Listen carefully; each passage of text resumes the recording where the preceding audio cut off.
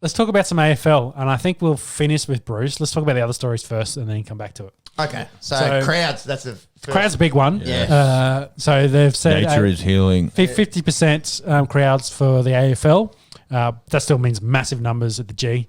They've set up to 50K. I don't think that's actually half of the G. You can fit 100. I think it's 100. You can fit 100?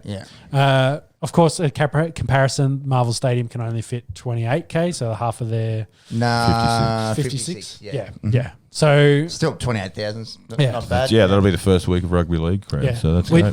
Yeah, which goes to another The best rugby league crowd probably in round one. Yes. Teams, of course, though, have already gotten on this. So I think the Bombers the first one. They've got their first game at Marvel. Said, hey, can we move it to the G? Just because, they need bums and seats. They want the clubs are like, we need to make money. Yep. We're getting 20,000 extra people in if we play it at the G. The league, of course, have knocked them back and said, no, we're not doing that because, of course, they would play 2 games on that night, so it'd be a back-to-back, so it's a double-header at that ground. Yeah. So they don't want to tear the G up, of course. And the logistics of getting 50,000 people out, then Yeah, 50,000 people out. Yeah. It's just too hard. Yeah. The idea of it is great, and they did, Magic Round in the league, and you had all those games on numbers-wise, it makes sense, but you're going to get, they're going to get 28, as many tickets as they can sell to the footy. They're going to get that. That Richmond Carlton game will have 50,000 or 50,000 sold around. Whatever they let in will be in there. Exactly. And it'll be loud and it'll just be awesome. And everyone in Melbourne's gone through such a hard time with this pandemic, as we all have. But, it'll just be awesome to have people back at the footy. And it's coming so quickly. It's always a couple of weeks behind the league. So it's league season now, and then the footy comes up just behind it. So brilliant to have fans back. It'll be really good to and for the people of Melbourne, we know what footy is to their culture. So and we've seen it with nearly every sport now that no crowds versus some crowds. It's so different. Oh, it's wild. Look at the tennis, so different. Yeah, cricket, the cricket here, when the Indians were screaming and falling out. The T20 in the New Zealand game yesterday, it was so quiet. You could hear awful club cricket. You could listen to it and you could hear the bat noises. Which is sexy, but but you could tell what was a good hit versus not because you just hear it so clearly. Whereas that first game in Dunedin, Uni Town, you had people partying and music playing it was. You can't play music when in an empty stadium because it's haunting. Of course, they've turned the mics all the way up, and a few of the boys. I think Maxwell dropped a few swear words, of course. Yeah. You cop. But Finchy was commentating every ball he hit, and when he spooned one that just fell short, he was like, "No!" And it's like, "Oh, okay, good." So it's interesting, but the crowds build the atmosphere, so it's great to have crowds. 100%. So hopefully, exactly right. Yeah. So. Next story. We talked about this man on the mark rule. Yep. That's kind of the wording's now standing on the mark. The league seems to have bent or softened their stance, of course, because in all the trial games they'd played recently, they're very strict on it, giving away 50s for it. Now they're allowing, I think there was one in the Gold Coast game. Actually, we didn't cover this last week. So with this rule change, the standing on the mark, if the kicker, the guy that's taking the mark and kicking the ball, if he doesn't stay straight and moves off and goes lateral, it's play on. Yep. So the umpires are meant to call, the referee's meant to call play on.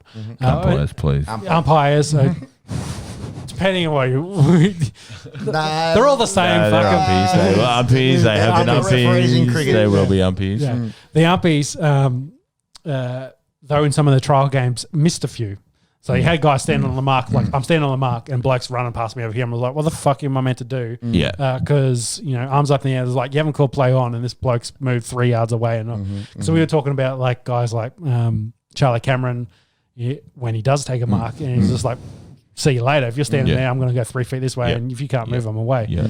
So they need to be picking up on it. So they've come out and said, hey, we'll be a little bit lenient. If a guy starts walking this way, you can follow them within a certain range. But it's all grey, it's all murky, and you're just putting extra emphasis on the umpires to be able to officiate with this rule. Yeah. So and we were talking about earlier with the cricket and the human error, and we need to accept it, and this needs to be part of the game. Cricket's okay. Ball balled, hit pad. Okay, I can look at that one thing. Yeah. An AFL umpire has to look at the guy with the footy. Is he off the mark? Oh, I need to make sure he moved laterally. Did he come forward? But that's happening there. It's happening so quick. What do you think about the chat as well? They're talking about giving linesmen the extra... boundary umpires. Boundary umpires, yeah. It's going to be a long year. Talking to an AFL we're going to make we'll meet in the middle somewhere, Sean, I promise. Here, just going, settle out, settle down. The blokes wearing the fluoro colours. Yes. Yeah, those blokes in fluoro, the 9 of them, giving those guys, the extra guys on the boundary, being able to call free kicks. Like, the becoming linesmen, like you're saying, in the NFL where you are... You can call penalties. Like, you can be involved in the officiating. So, in this, yes. I'm using But it's great. No, it's great. The terminology, yeah. But the free kicks in this... I do. Do you think the start of the season is going to be, a 50, a free kick, a thon? Well, it always is. There's always the rule that the AFL brings in, and that's good that they're doing the trials. It's good that we're seeing this on Twitter and going, how in God's name can you give that a 50? Because then the AFL go, no, okay, that's too far. Mm-hmm. Now we come back a bit. And but the worst thing is it's down to the umpires, and it's all interpretation based. Yep. That's what it comes down to. And they're already doing 50 bloody other things. So. Exactly right. So they need to find the sweet spot because it's coming back to the league. They need to speed the game up. We want scoring. We want the ball moving. If the ball is moving, the crowd is happy. We are happy. Money. Exactly. Speed is the key. That competition between the two of them as well. Like 100%. Who's the fastest sport in the country? Yeah, but that's exactly right. Because we want to score points. We want to be a spectacle. Speed equals points. Points equals fans. Fans equals money. So that's the how it gets broken down. The 50-metre penalty is too harsh for something like that. The Sandful, the SA local league, they still have 50s. If you take a mark and a bloke walks up to you and coat hangs you, that's 50. Yeah. But for running near the man on the mark or for little things like that, they give a 25-metre penalty. I did not know that. Yeah. So that's a great shout. And it's a great shout. So then it's not as fierce. If you're doing a set shot of goal, you probably saw the footage where the guy moved a little bit off. It was a shot from 45 on an angle to being a shot from the goal square. Mm-hmm. Yeah. So that is wrong. That's not what should happen. But, if it's on the wing and the guys, they're trying to slow him down, okay, you're not having a shot at goal, but you're advancing the play still. You're giving an advantage to the team with the ball. So I think a 50 for that, that's a third of the field essentially. Exactly right. So it turns. It's a big change to the field possession and the field position. It's too harsh a penalty. It's too harsh. Something like that where I've moved 2 inches this way and on and off. Yeah.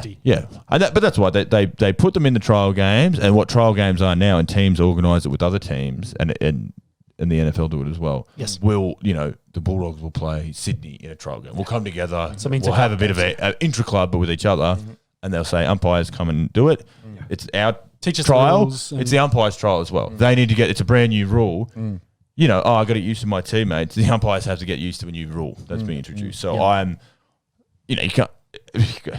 We love making fun of officials and then getting stuck into them like, you fucked up. Especially when they fall over. It's a very hard job. Yeah. Well, that's beautiful. Dom Best bowling noes. Yeah, big one too. Bowling with Sonny's on as well. Good on you, Dom. He's just copying the next big thing, AXA. So exactly. Yeah, he's going to swap over left-handed soon. So, So that's probably the biggest thing in footy, minus the great man stepping down. Yeah. Well, that's. Great segue. So, Bruce McAvaney. Fuck, I suck with names. Retires. I won't hear that. Bruce. Oh. Retires from AFL commentating. So officially stands down at 67. So not retired from he's retired from footy. From footy, yeah. So from commentating, yes. Yeah, so he's still going to do racing. Yes.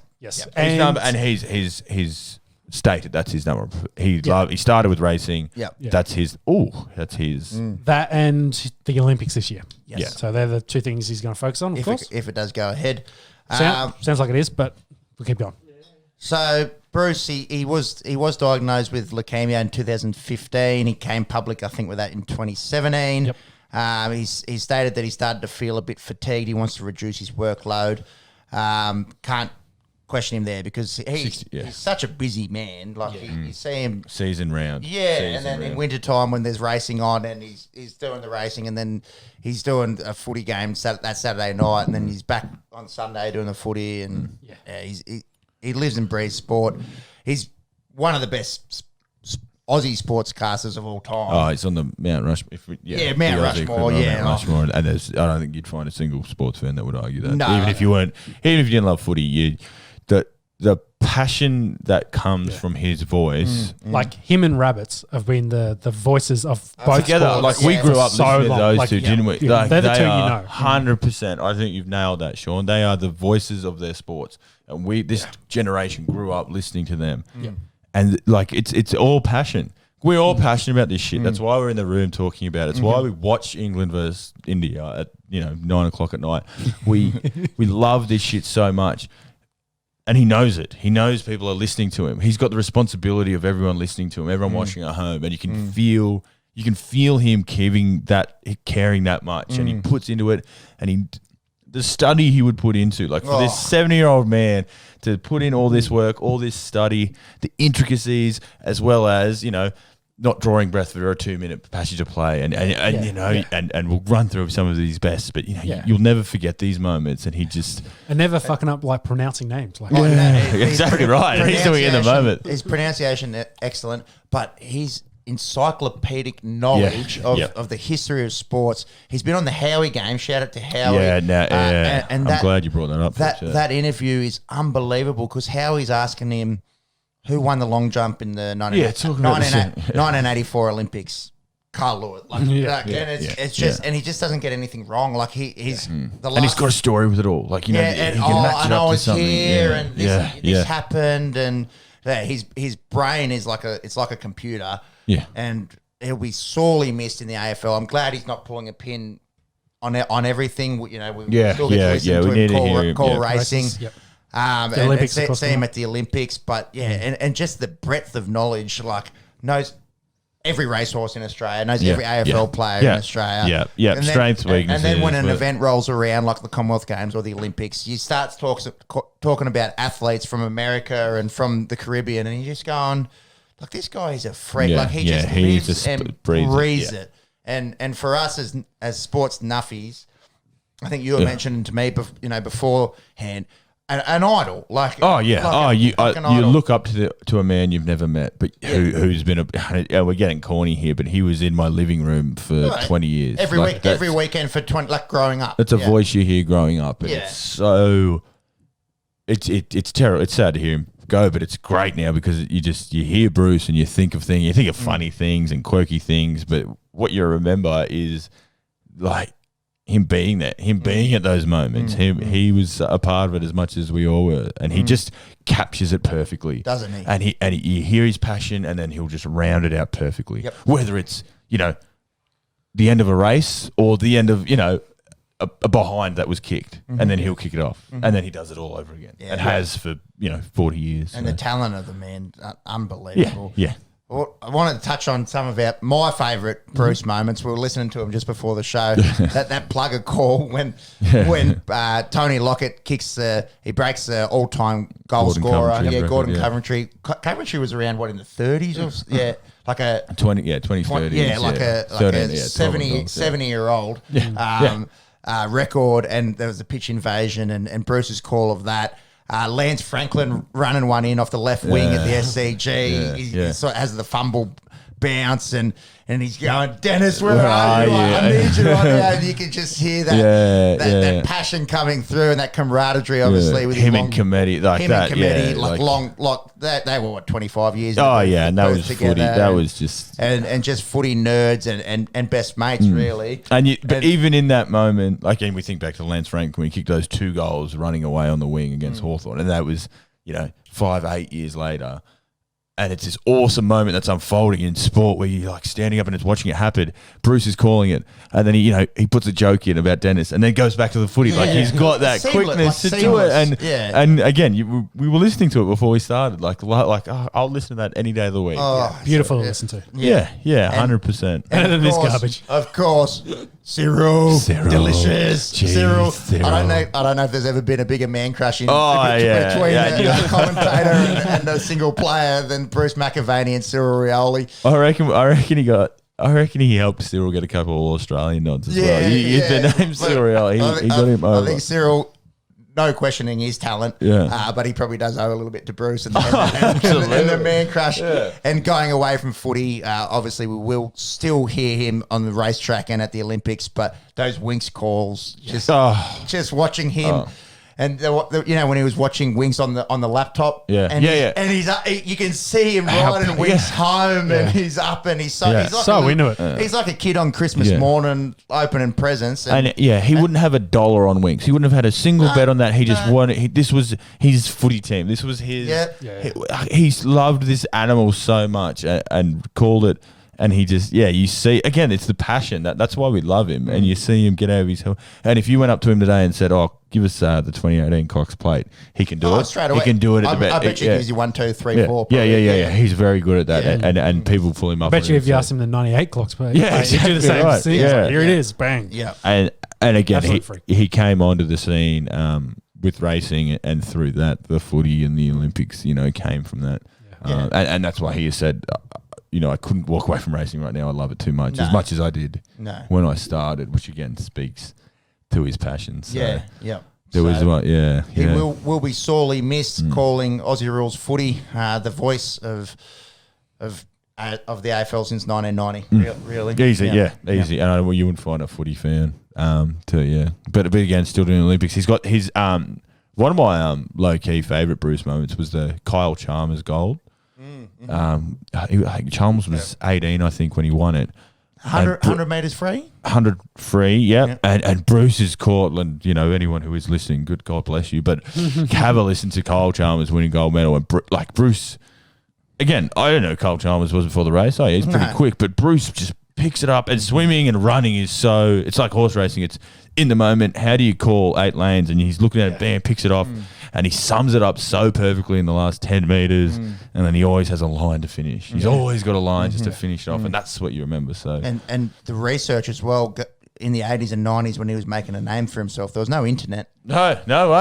It was paper after magazine, after watching everything on telly on the 3 channels that you had. If there was a replay, and he picked up all that knowledge and to develop that international knowledge about the Olympics and foreign athletes in those days.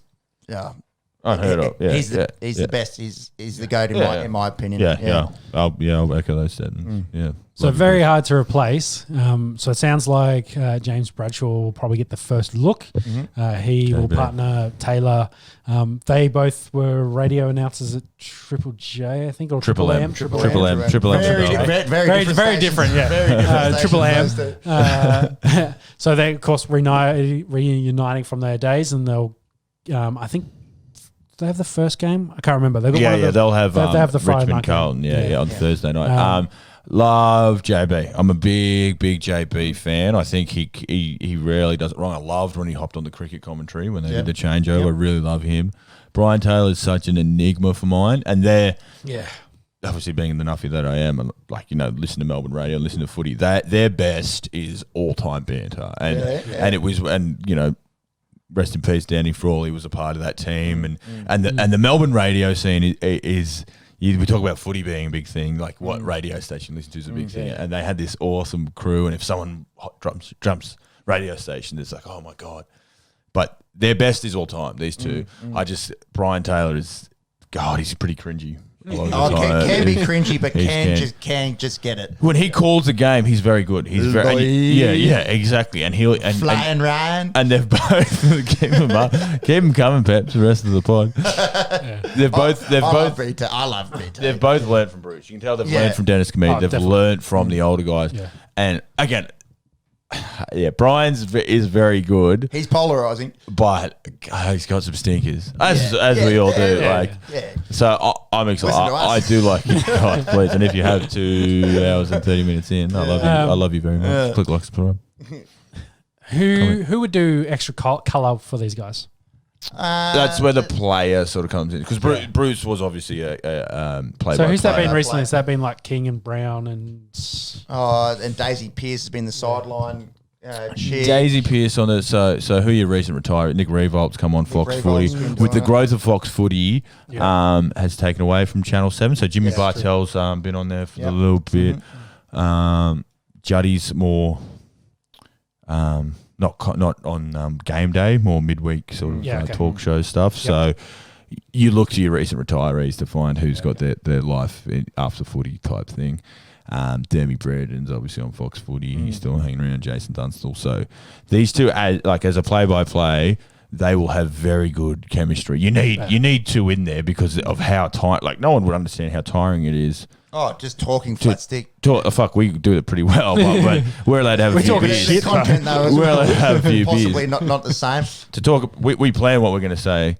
That you can't predict what's going to happen. So you need to swap. You do 2 minutes. It's all reaction. Oh, the glass of water. You go. So to then throw in the banter that these guys will have, I'm excited for it. They will do very well, and footy fans will. They will enjoy it. I'm very confident of that. But obviously, you don't replace Bruce. You don't try and be Bruce McAvaney. You just got to be your own man. So exactly, you've learned from him. Use your bits that you think you take from him what you've learned, but then also you need your spin. Yeah, that's right. Yeah, you can't be carbon copy because people will just pick on you straight away. And they'll know you're not. Yeah, exactly. And people, because these two are set and they're famous, it's not going to be a Bruce verse because there isn't a who comes up against Bruce. Maybe Dennis, but they were one in the same. Exactly. So. Look, I'm just excited for footy. I'll listen to you two talk about the footy if I have to. Which we will in the coming months. Yeah, in a couple we'll definitely cover it in more detail when it getting a bit closer. So I think that wraps up the AFL news for the week.